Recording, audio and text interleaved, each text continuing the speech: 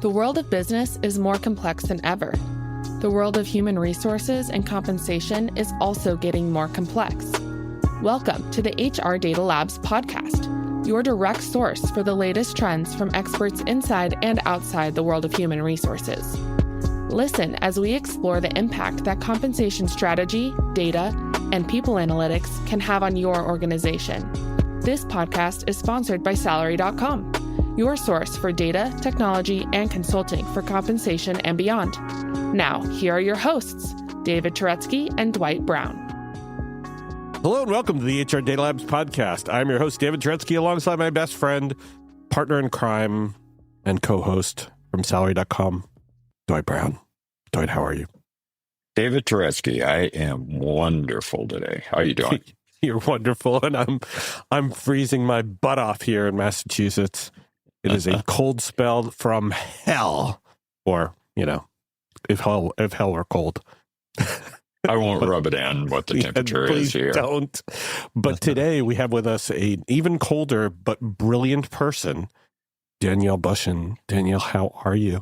I'm good. I am chilly. I hope I'm not cold. No, your personality is certainly not cold. But you are potentially colder because you are coming from the great white north of Toronto. North of the border, and it is very chilly here today. It is well into the double digits below 0 Celsius. For those who can't convert that to Fahrenheit, we'll actually put the equation in the show notes. Yeah. Equals cold as hell. I think it's minus 32 times 5 divided by 9, something like that. Oh, you're way ahead of me. I just know that some things, I'm a Canadian, right? So I'm all messed up. Some things get measured in Celsius, but my pool temperature gets measured in Fahrenheit. Go figure. Wow. Oh, interesting. Wow. Well, if it's like exchange rates, it's like 0.6 to the Fahrenheit or something. Exactly. So, Danielle, tell us a little bit about you. I know you're a repeat offender on the HR Data Labs podcast. You were with us for the HR Data Labs podcast from the HR Technology Show. I was fun in Vegas together.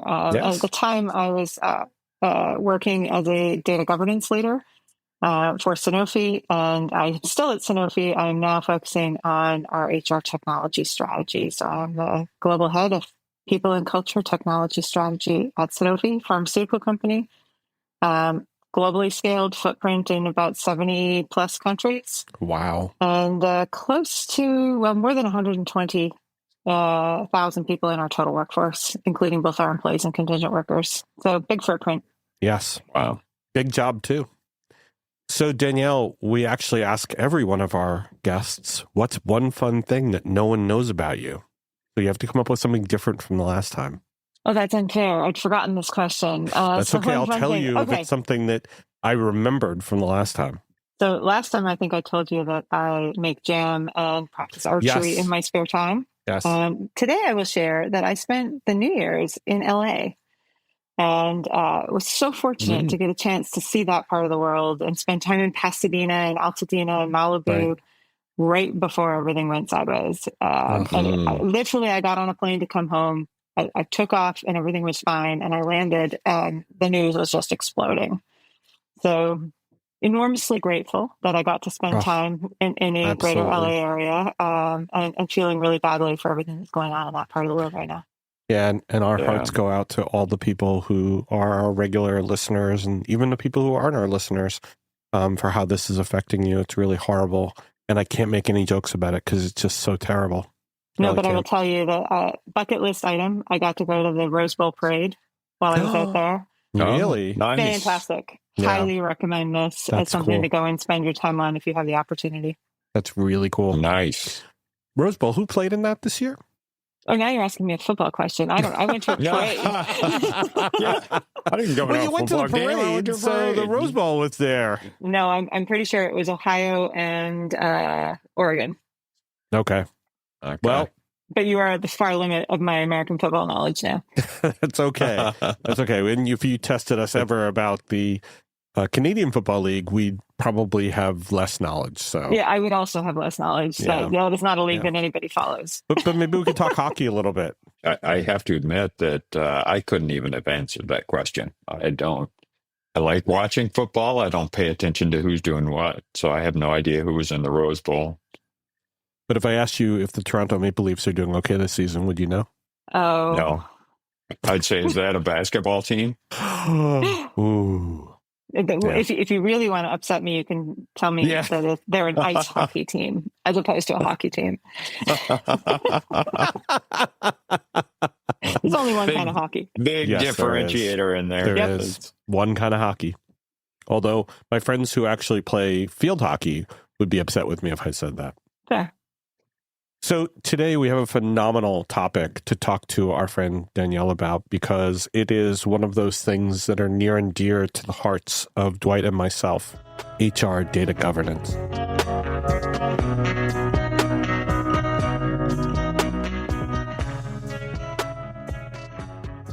So Danielle, from your current role as well as your past role, what is HR data governance? What does it actually mean? Hey, it's Libby DeLucian. If you're sick of business advice that sounds cute, but doesn't actually move the needle forward, this one's for you. The Libby DeLucian podcast is where we go one layer deep. No gurus, no glitter, just straight up unfiltered talk about scaling a business, running a household, and holding on to your sanity in the middle of the chaos. If you're the bottleneck in your business or in your own life, I'll show you how to fix it. Simple, tactical, and one layer deep every time. Let's go. Visit libbyd.com and check out our podcast today. It's a great question. And I think people often think about data governance as a bunch of data lineage tracing and technology stuff, and deploy a bunch of tools and talk to the IT department and get the data office involved and worry about privacy. Yes, that is a piece of the story.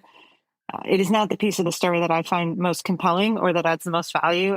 For me, HR data governance is about making sure that your data reflects the business value propositions of the company, the people that work there, the processes that you want to transact. And it is all about getting that story right. It's about digitizing the HR function in a way that you can automate it. It's about making the experience of work as seamless as possible. And we talk about HR data probably two ways most of the time. One is transactional HR data, and the other is analytical HR data. And when you're talking analytics, directionally correct is great, probably good enough. You can help people understand lots of good things about what's going on in the function, and it doesn't have to be exactly right.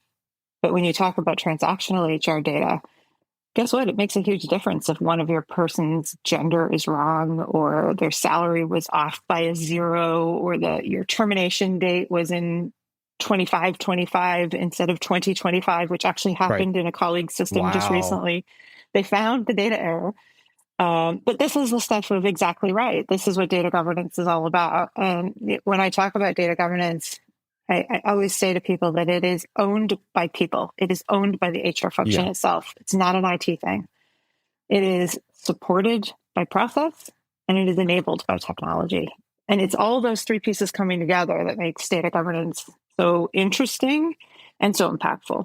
I think one of the complications is it's actually also owned by the employee and by the manager and by everybody else in the value chain even candidates have a hand in your HR data governance, right? Because they're entering information into a system, might be your candidate application system. And tracking system, yep. Yeah, but then everything they enter could be right or wrong, or could be complete baloney. And that's getting into your analytics and your transactions, which make them wrong. So users have an obligation, duty of care to try and give you as complete a data set as you can. They also have rights to choose to give you their data or not. Yes. Right. And that's really important to understand as you're thinking about what data am I collecting, for what purpose, how do I want to use it? Have I informed the owner of that data about how I'm going to use their information? But it's also sort of a duty of care when we think about process design to encourage people to give you the data in the easiest and most complete way possible. If you're collecting postal code, as a consumer, I can put my postal code in all in lowercase with no spaces and it's a Canadian postal code, so it's got letters and numbers in it. And guess what? Amazon figures out right away. Absolutely. Did I mean capital L6, capital L, etc.? Yeah. Right. It tells you that. And I think when HR thinks about data and data capture and data governance, we need to bring that sort of consumer grade experience to bear and help the user, to your point, the user who's providing that data at the top of the funnel to give you the best quality data they can. That's about a guided experience, and it's about thinking through what things are likely to be problems down the road. I think back historically, and it's amazing how quickly the landscape has moved with this. To your point about Amazon being able to sense those things, it wasn't long ago that there just wasn't the technology available to be able to do that. Yes. And so, being able to have those stops in place that confirm the information or whatnot. There's a lot of that stuff in the data governance arena that wasn't there even 2 years ago. I mean, you look at where we are relative to that. But it also underscores the need for both solid data governance as well as changing in the ways that we administer it. You make a really good point, Dwight. And when we think about technology deployment in HR, very often our budgets are sort of with a once and done flavor. Implement it, carry on. But the reality is that all of the major HR systems are making releases every 6 months, maybe more often. They're continually upgrading. They're bringing in new components, adding AI that may be helpful. It may just be a data validation rule that's being, checked in the background. If you don't stay on top of those things, then you fall behind that consumer experience very quickly. And that makes the HR process owners need to be much more attuned to technology than perhaps they were in the past. It's not something you can just throw over the fence to IT and ignore. You really have to be great partners as a function in terms of continually developing how is the technology supporting the execution of the organization. Yeah. So many people still like to try to toss it over the fence to IT because it's just easier. Like, yeah, you guys can program it. You can make something happen just with it. You do it. Right. Yeah, exactly. Your jobs are easy. Well, there's another issue with HR data governance. And I mean, there's another explanation about HR data governance that touches on so many things across an organization. HR data governance isn't just HR data governance. It's ties to all the other pieces of the value proposition of a company. So whether that's security, whether it's finance, whether it's everything, workforce planning, all of those things aren't just HR. They're everything else. And so whenever I deal with my colleagues from the finance group and they say to me, hey, I have an accrual that I have to create for the bonus program. Well, can you give us some numbers? Well, that kind of takes it out of the realm of HR and now puts it into the realm of finance. So now I have to interface with them, and the things that I do and the decisions I make, I now have to lay out all my assumptions for them because now my data is being used inside the context of finance, and they have rules for this stuff. It's beyond just us. Right. Now they have rules. So, HR data governance is also how do we interface with other teams, isn't it? Or am I just trying to make my arms a little bit bigger and try and grab more? I don't think it's about grabbing anything. I think it's about understanding that the accountability of HR is to structure the people data of the company. That may sit in HR tools. It may sit elsewhere. Headcount generally doesn't sit entirely in an HR tool. There's a whole bunch of finance components to that. You're in the middle of hiring somebody for a global role in a multinational. Guess what? There's going to be transfer pricing behind the scenes. Right. You want to structure the real estate footprint for a hybrid workforce. You need to understand how often are those people on site. And that's partly badging data and partly security and partly contracts, who's on a fully remote contract, who's supported for their tax treatment of that. You're bringing in so many departments that all need to talk to each other and learn to speak a common language. And I think the opportunity for HR is to be that translator, particularly around the people data. I mean, we need to look to others to be the experts in certain things. But But we also need to bring that conversation together. Last week, I facilitated a conversation between our single sign-on team, our ServiceNow team, our Workday team, our Microsoft 365 team, and our Coupa procurement team. Sure. Because we were trying to solve exactly one of these kinds of problems. And so, there's 5 functions represented around the table. And we're talking about what portion of our workforce are non-employees. Do they still need network IDs? What's their single sign-on identifier? Do they have a Workday identifier? What's our regulatory obligation to those people? HR is at the heart of that conversation, but we can't do it without all those other people at the table. Oh my God, there's such a compliance issue there too, with all the rules that California had created or that started in California about what is an employee and what is if you start putting them in the HRIT, what does that mean? Co-employment risk, super interesting exactly. data governance topic. Yeah, exactly.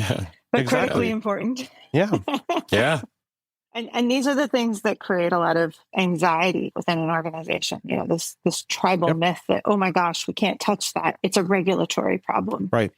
And one of the things that I focus on a lot in those kinds of conversations is, tell me more. What regulation? What exactly are we trying to comply with in what part of the world? Because if you can articulate that, then you can figure out where's the room for creative flexibility. How do you create a seamless model? At Sanofi, we're in the process of looking at bringing our total workforce into a single set of systems. And for years, we had a belief within the company that we could not put contingent workers into Workday. Anybody who's a Workday user knows that's possible. It's just about how you think about the configuration of that profile, make sure that you've got the right kind of data for the type of worker that you're looking at. I think one of the other complications is that when you're trying to balance all those different regulations you're talking about, for example, California has regulations on pay transparency. Illinois just created pay transparency legislation that says you need to keep 5 years of history on how you paid and the decision points along the way and the posting information. So you might have an employee comes along and says, I want it to be forgotten. So who are you going to follow? Are you going to follow California's rules? You're going to follow the EU's GDPR? Or are you going to allow them to be forgotten and then now kind of break the law in Illinois if they're an Illinois employee? Yeah. So, there's so many things that you have to worry about from a compliance perspective. Like what you hear so far? Make sure you never miss a show by clicking subscribe. This podcast is made possible by Salary.com. Now, back to the show. That's kind of lends me into our next question of what's the problem with HR data governance? I mean, I guess we're talking about it right now. It's complex, right? It is, and people want a clear answer, and there isn't always one. So your example is a perfect one. If you look at the deployment of AI in HR, New York City has its own rules for this stuff. The range of jurisdictions that you might be looking at, the ways that you look at how your technology and your data retention plans and all these other things fit into the conversation are going to be varied. So there's not going to be one clear answer. And I think it's incumbent upon HR leaders to think about thoughtful risk management. Yes, you need to give the employee the ability to ask to have their data removed after they leave the company, so they want to be forgotten. But you have to balance that with, we may have obligations to you as a future retiree. Mm-hmm. We may have components of tax treatment that need to be managed. And so those different regulations are a little bit in conflict with each other. Right. Which one takes precedence? And as long as you can demonstrate that you've taken a thoughtful approach to removing data that's non-essential, retaining things that might have a specific obligation for the company or for the individual that they're just not thinking about, then you've got a leg to stand on. Then you've got a way of justifying your approach. And most regulators are quite receptive to that. They will look at it through a lens of, have you done your due diligence? Have you thought about reasons for retaining that data? And have you been clear with the individual? Yes, I've asked to have my data removed. No, we haven't removed all of it. Here's why. That's fair and reasonable. I think there's also the expectation of privacy that may not actually exist anymore, given things that they posted on LinkedIn or that they actually applied using LinkedIn, but they put their entire employment profile, even from your company, on it. And so, how do you balance that too? Because The data is in the public domain. And a lot of people aren't very astute or aware about their digital footprint. The amount of information that could be sourced about me from the public environment is probably akin to what we store in your HRIS a lot of the time, until you get to things like, we just had a conversation about health data being stored in the HRIS. And why would you need health data in your HRIS? And there's two really interesting use cases. One is understanding disability or ability, which is actually a health status. There's a diagnosis attached to that. Right. And it is really relevant and helpful for the right people within the HR organization to be able to provide accommodations. So there's a real good reason to store that data in a constructive way. But of course, the risk is that data is going to be misused. It's going to be misinterpreted. Right. It's going to create bias. And so now you're into a conversation about who has rights to that data, for what purpose, how are we using it, how is it being aggregated? And having good rules in place for those kinds of analytics, which are all about the story of the whole, not about the individual, is really critical to a successful data governance program. And good security protocols, too, on top of it, to make sure that it doesn't get out. Yep. And in the land of Excel, that is a running rearguard battle a lot of the time. Wait a minute. Yes. You're talking about the most popular database program in the history of business. If we could all just get rid of Excel, some days we'd be a lot happier. I understand why it's used. I get it. It's easy. Yeah. But it does bring some baggage. It's not even just that it's easy. It's proliferatable. I mean, you don't need, you need a license for it, but everybody's got a license. Thank you, Microsoft. Right. Everybody's got a license, and it's not hard to actually be a database programmer if you can put a value into a cell and then put a field header at the top of that column. It's ubiquitous. It's everywhere. It is. And people's skills in it suck, but that's another issue completely. That is not a data governance problem. I heard an interesting one. A client I was working with up until a short time ago. Half of their HR functions were in an Excel spreadsheet, as opposed to they didn't have an HRIS yet, or they were just beginning, and it was little micro pieces built out. So I think of things like that, and the data governance side of me just goes, oh my God.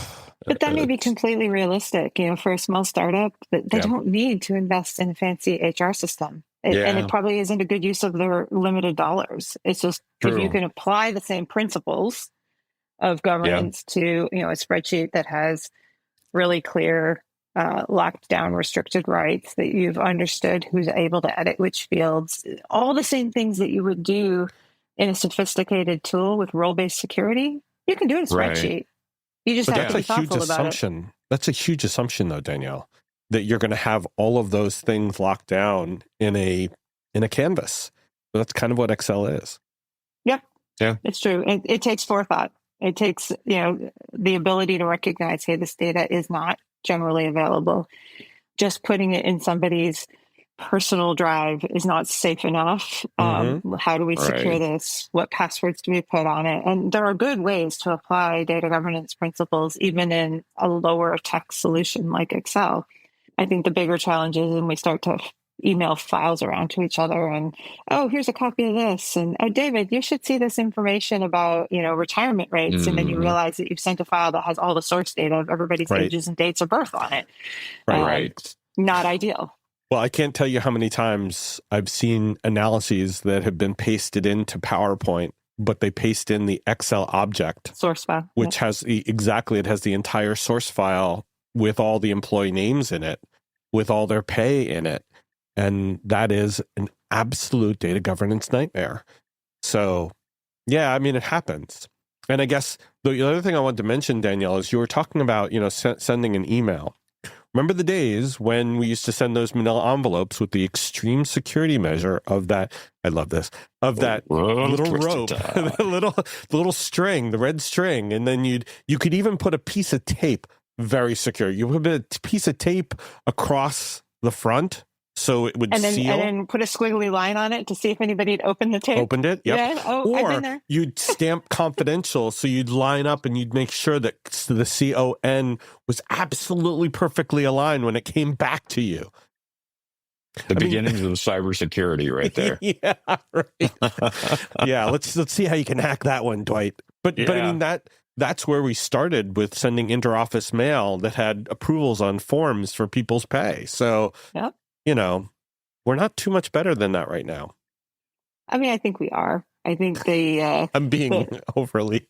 The reality is that the problems of data governance are, there's the obvious ones, but we've just been talking about the issues of continuity of care through a value chain. Sure. Those things are important. I think the harder ones are when we use third parties, which most companies do.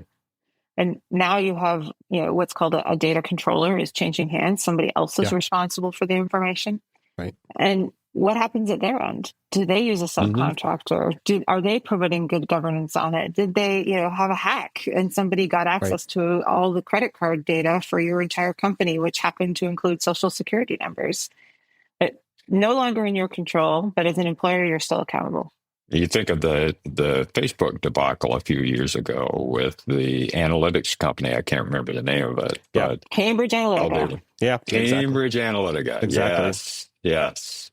And everything that happened there. And you see that play out company after company after company. It wasn't isolated to Facebook, but a lot of that gets back to that data governance piece of things. And what is the data? How are we using the data? What are the rules we're putting in place? And unfortunately, a lot of companies have to learn it the hard way to really get there. And I think the opportunity for HR is first to really have clear ownership of your definitions. So what kind of data are we collecting? For what purpose? What's our pick list? How do we change it? And that's really setting the rules of engagement for the HR function itself, which if you're thoughtful about it, you can have enormous impact and really enable a great process for your employees. Then the challenge is to teach those data owners who own those different processes in all the different functional areas how to think holistically about contracts and engage their procurement specialists and their legal specialists at the right time for those pieces of the process. And they don't always know to do that. So there's an education campaign around saying you don't need to know everything about all of this, but you do need to know when to ask for help. Yeah. Hey, are you listening to this and thinking to yourself, man, I wish I could talk to David about this? Well, you're in luck. We have a special offer for listeners of the HR Data Labs podcast. A free half-hour call with me about any of the topics we cover on the podcast or whatever is on your mind. Go to salary.com/HRDL consulting to schedule your free 30-minute call today. One thing that stabs me in the heart right now, though, Danielle, is there's a lot here. So where do we start? Because this is what you've mentioned cuts across, and you're in a 120,000 employee company. Whether you're a 50 employee company, whether you're a 5 employee company, whether you're a 10,000, this is a big deal. And the range of obligations doesn't change. Even if you're only doing it for 40 people, those obligations are still there. So where do you start?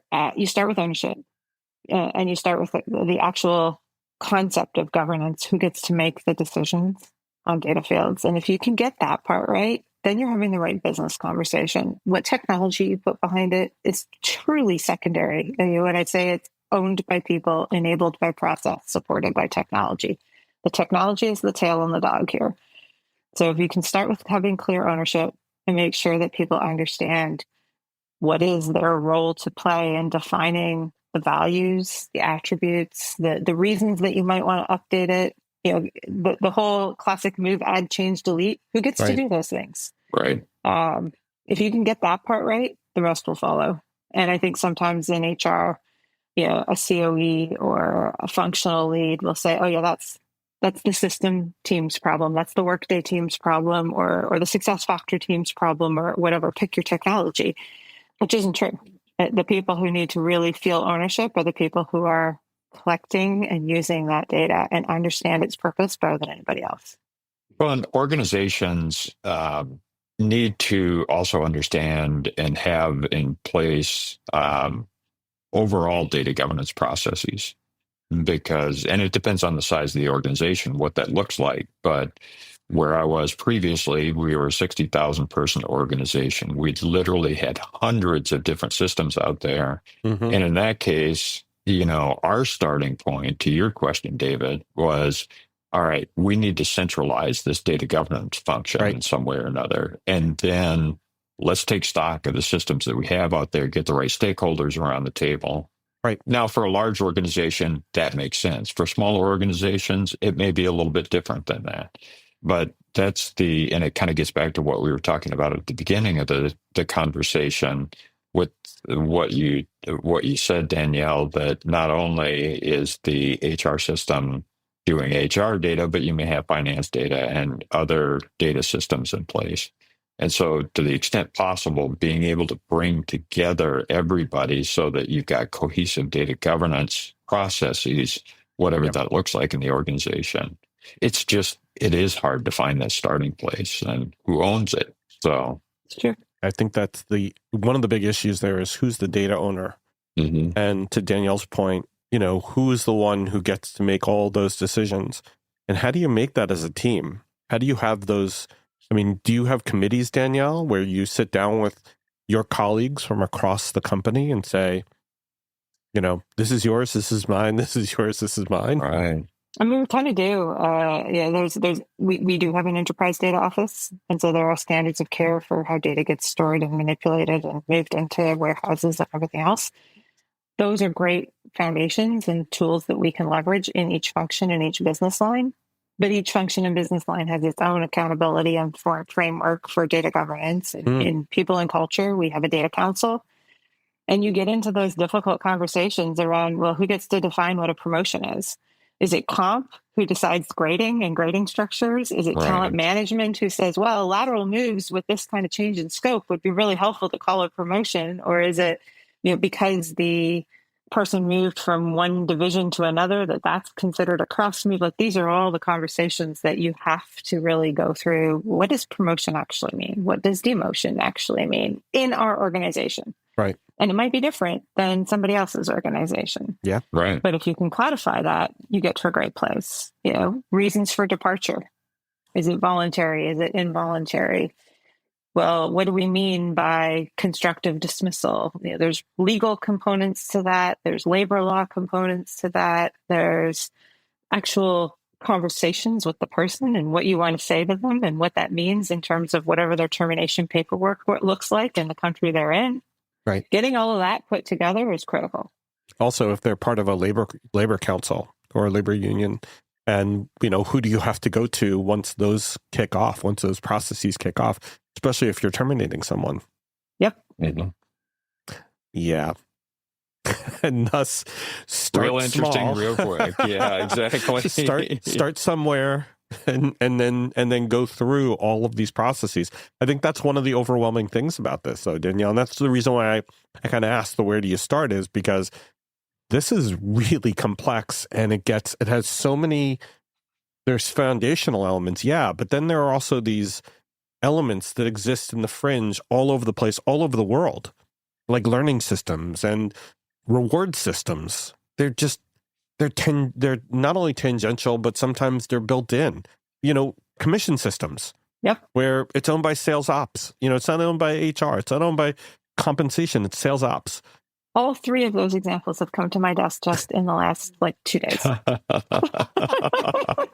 Sorry. It's okay. But those are the right conversations to be having, right? Like you want to have a sales compensation calculation engine that understands profile-based information based on the job you were in, the function you are assigned, the territory you're working in, the market opportunity. So you're bringing together sales data and product data and HR data all in one place.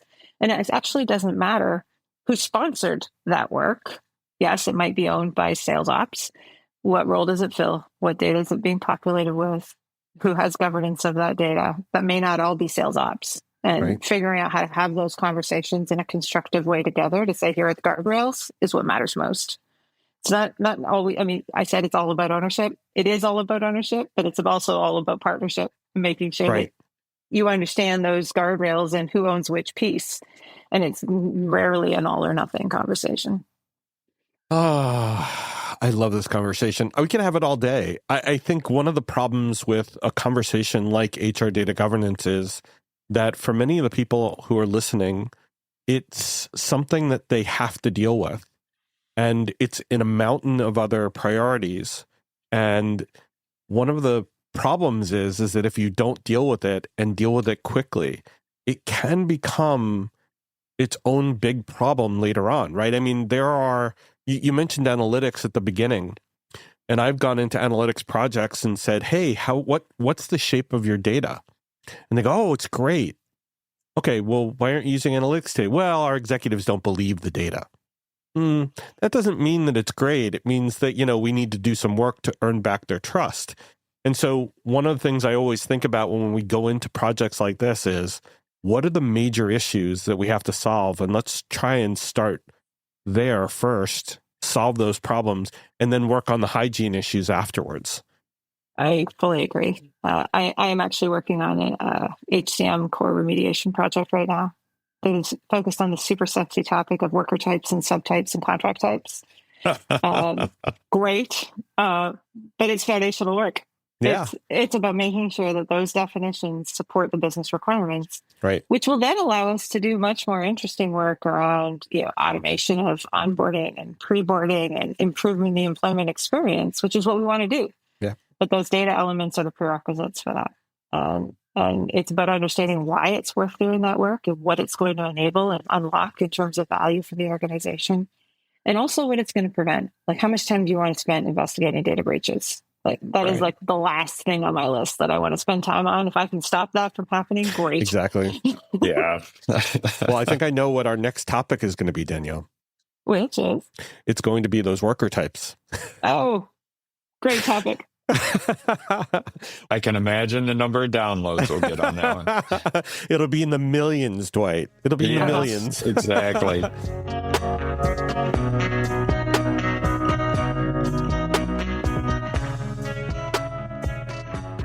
Well, no, I'm serious when I say this, that it is such a pleasure talking to you because, we could geek out with you, pretty much all day on this. But it's just so wonderful to speak to someone who speaks our language and thinks the way we do. So thank you very much for being on, Danielle. Thank you for having me. Great having you here. And thank you, Dwight. Thank you. Thanks for being with us. Like David said, we could geek out on this stuff for ages. I'm not sure what that says about us, but that's all right. I'm okay with that. I think that's the reason why people listen to us now, Dwight, is that we get to have conversations with brilliant people like Danielle. That's exactly it. I'm into my third decade of doing some version of this kind of work, and it's still interesting, and I'm still learning new things all the time. Yeah. So, Yes. Yeah. We're with you. Well, and thank you all for listening. If you're still listening to this after this, we love you. You are our people. And take care and stay safe. That was the HR Data Labs podcast. If you liked the episode, please subscribe. And if you know anyone that might like to hear it, please send it their way. Thank you for joining us this week, and stay tuned for our next episode. Stay safe.